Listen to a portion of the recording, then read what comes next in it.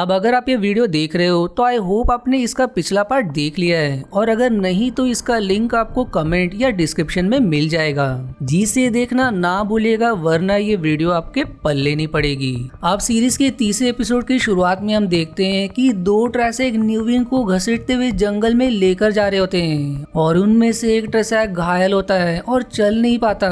तब दूसरा ट्रेसैक उसे अपनी तलवार से मार डालता है और उसे खाने लगता है। फिर मौका देखकर न्यूविन वहां से भाग जाती है और भागते भागते एक गुफा में आ जाती है। उस गुफा में एक छोटा सा तालाब होता है जिसके पानी में जाकर न्यूविन छिप जाती है, और तभी वहां पर वो ट्रेसैक आकर न्यूविन को खोजने लगते हैं और फिर वो सीधे उस तालाब में भी घुस जाते हैं। और न्यूविन बड़े ही चालाकी से उस ट्रेसैक का तलवार निकालकर उसके गले में घुसा देती है और उसकी जान ले लेती है। फिर वो उसका तलवार लेकर उस गुफा से बाहर आ जाती है। अब उसके बाद हम अगले सीन में जंगल में लैन को देखते हैं, जिसके ऊपर न्यूविन तलवार तानी होती है। वहाँ लैन उसे बताता है कि मोरिन बहुत बीमार है, वो हिल भी नहीं सकती है, और उनकी मदद करने के लिए कहता है। फिर बातों ही बातों में वो न्यूविन से तलवार छीनकर उसके सिर पर मारकर उसे बेहोश कर देता है और उसे रस्सी से बांध देता है। वहीं अगले दिन दूसरी तरफ रैंड और मैट एक पहाड़ी पर पहुंच जाते हैं और वहां पर रैंड पेरिन और इग्विन को आवाज लगाने लगता है, पर उन्हें वहां कोई नहीं मिलता। फिर मैट रैंड को गांव वापस चलने के लिए कहता है, पर रैंड उसे कहता है कि गांव जाने पर वो ट्रेसैक फिर से उन पर हमला करेंगे। मोरिन ने उन सबको ईस्ट में वाइंटेड टावर की तरफ चलने के लिए कहा था, इसलिए वो ईस्ट में जाएगा।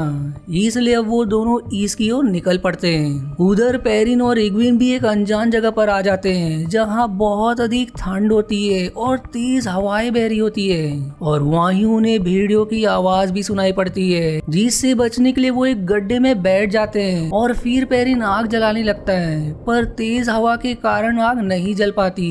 तब इग्विन ध्यान लगाती है और थोड़े से जादू का प्रयोग करके आग जला देती है। फिर दोनों वहां पर आराम करते हैं, और तब पेरिन वहां एक सपना देखता है जिसमें उसे एक काला साया दिखाई देता है, और फिर वो एक भेड़िए को भी देखता है जो उसकी पत्नी का मांस खा रहा होता है, जिसे देखकर वो एकदम डर कर उठ जाता है। फिर उन्हें वहाँ नजदीक में ही भेड़ियों की आवाज सुनाई पड़ती है, जिससे बचकर वो दोनों आगे की तरफ भागने लगते हैं। इधर जंगल में मोरिन की खराब हालत को देखकर लैन न्यूविन से मदद करने के लिए कहता है। तब न्यूविन जंगल से कुछ फूल लेती है और उसका दवा बनाकर मोरिन के घाव पर लगा देती है और कहती है कि इससे उन्हें थोड़ा आराम मिलेगा।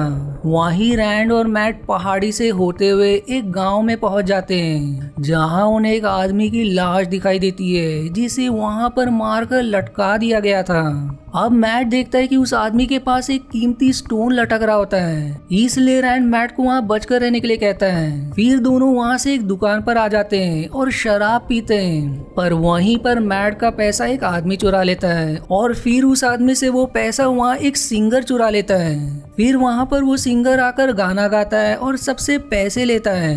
मैट को अब उसका पैसा सिंगर के पास दिखाई देता है, जिससे वो उस पर गुस्सा हो जाता है और अपने पैसे की मांग करने लगता है। तब रैंड उसे शांत करता है। उसके बाद दोनों उस दुकान की मालकिन डैना से मिलते हैं और वहाँ रुकने के लिए एक सस्ता सा कमरा मांगते हैं। तब डैना उन्हें वहीं की लकड़ी को काटने के लिए कहती है। दूसरी तरफ पेरिन और इग्विन भेड़ियों से बचकर भागते भागते वो बंजारों की एक टोली के पास पहुंच जाते हैं, जहां टोली की मुखिया उन्हें अपने साथ रहने के लिए कहती है। अब इसके बाद वो इन दोनों को खाना खिलाते हैं। वहीं गांव में रैंड अकेले ही सारी लकड़ियों को काट देता है, जिसकी बाद डैना उसे कमरे में ले जाती है और उसे तलवार दिखाकर कैद करने की कोशिश करती है। इसलिए तब रैंड एक दरवाजे को तोड़कर बाहर भाग जाता है। उसे अब रास्ते में मैट भी मिलता है और फिर ये दोनों वहां से भागने लगते हैं, पर तभी उनके सामने डैना तलवार लेकर आ जाती है और कहती कि उसे रात में उन पांचों का हमेशा सपना आता है और उनमें से कोई एक ड्रैगन का अवतार है, इसलिए वो उन्हें डार्क वन के पास ले जाएगी। पर तभी पीछे से वहाँ सिंगर आ जाता है और डैना को अपने चाकू फेंक कर मार डालता है। फिर रैंड और मैट को अपने साथ ईस्ट में चलने के लिए कहता है।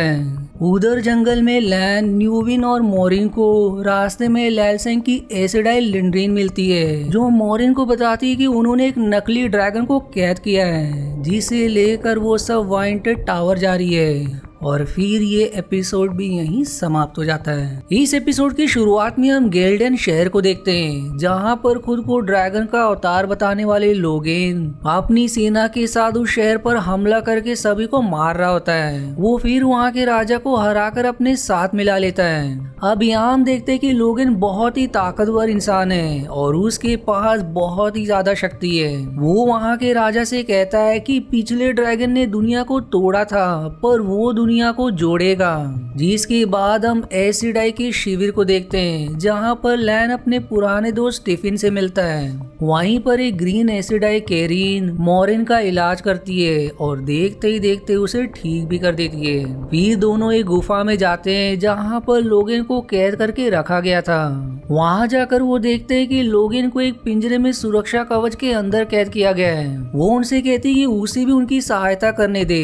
तब कैरीन उसे अपने जगह पर काम करने देती है। अब वहीं रैंड और मैट उस सिंगर के साथ चलते चलते एक किसान के घर पर आ जाते हैं और उसके घर में चोरी से घुसने की योजना बनाते हैं, पर तभी किसान आकर इन पर तीर तान देता है। फिर रैंड उस किसान को समझाता है और किसान से वहाँ रुकने के लिए विनती करता है। तब वो किसान उन्हें अस्तबल को साफ करके वहाँ रुकने के लिए इजाजत दे देता है।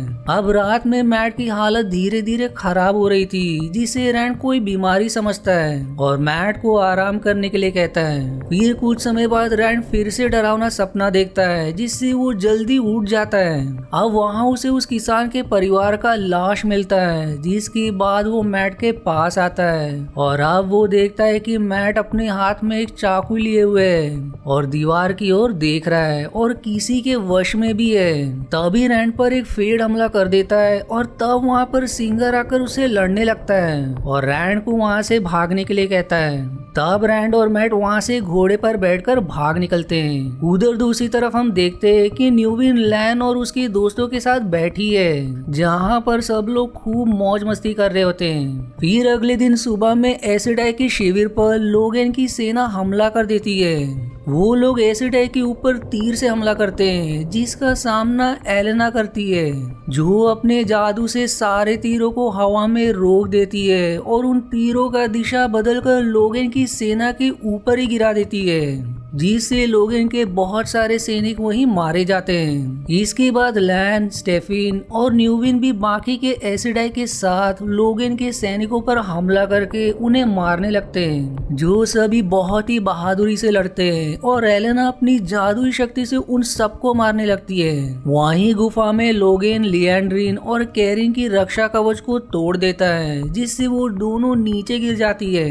तब वहाँ पर मोरिन आकर उसे रोकने का प्रयास करती है, पर लोगिन अपने शक्ति से उन पर हमला कर देता है, जहाँ पर फिर कैरिन मोरिन और लिएंड्रिन को बचाने के लिए उनके ऊपर एक सुरक्षा कवच बना देती है और लोगिन के हमले को अपने ऊपर ले लेती है, जिससे वो बहुत ज्यादा घायल हो जाती है और वहीं पर उसकी मौत हो जाती है। फिर मोरिन और लिएंड्रिन अपने जादू का प्रयोग करके लोगिन को रोकते हैं और फिर से कैद कर देते हैं, पर तभी वहाँ पर कैरिन का अंगरक्षक स्टेफिन आ जाता है और कैरिन की लाश को देखकर गुस्से में अपनी कुल्हाड़ी से लोगेन पर हमला कर देता है, जिसका फायदा उठाकर लोगेन अपने जादू से उसकी कुल्हाड़ी को छोटे हिस्सों में तोड़कर उन पर ही हमला कर देता है, जिससे मोरिन और लिएंड्रिन घायल हो जाती है और एक टुकड़े से लैन का गला कट जाता है, जिससे बहुत ही ज्यादा खून निकलने लगता है और फिर वो वहीं पर मारा जाता है। पर तब तक न्यूविन भी वहाँ पर आ जाती है और लैन को उस हाल में देखकर बहुत ही ज्यादा गुस्सा करती है और जोरों से चिल्लाती है, जिससे उसके अंदर से एक बहुत ही तेज सफेद रोशनी निकलती है, जिससे सब लोगों के घाव एकदम ठीक हो जाते हैं और उस रोशनी से लैन भी जिंदा हो जाता है।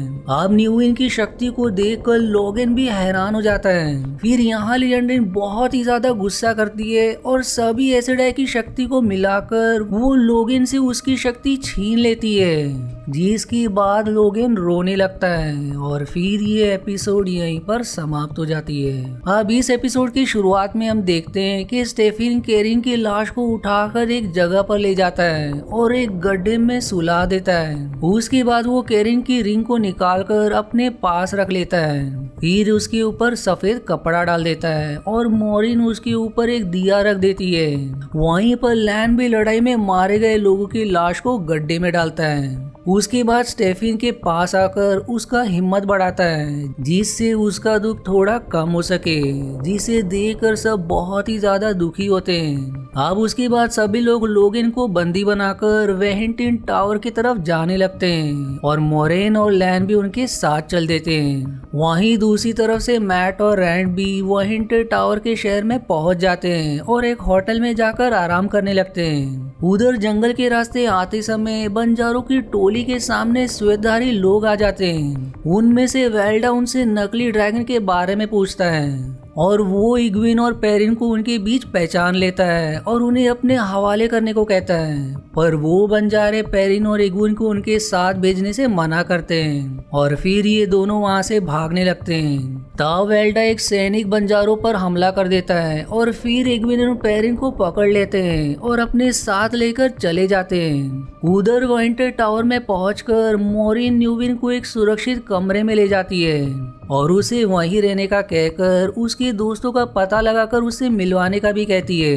दूसरी तरफ वेहेंटिन टावर में रैंड एक कमरे में किताब पढ़ रहा होता है जहां उसे एक अमानुष मिलता है जिसको देखकर रैंड डर जाता है। तब वो अमानुष रैंड को अपना नाम लॉयल बताता है और रैंड के बालों को देखकर वो कहता है कि वो एक एलवाशी है।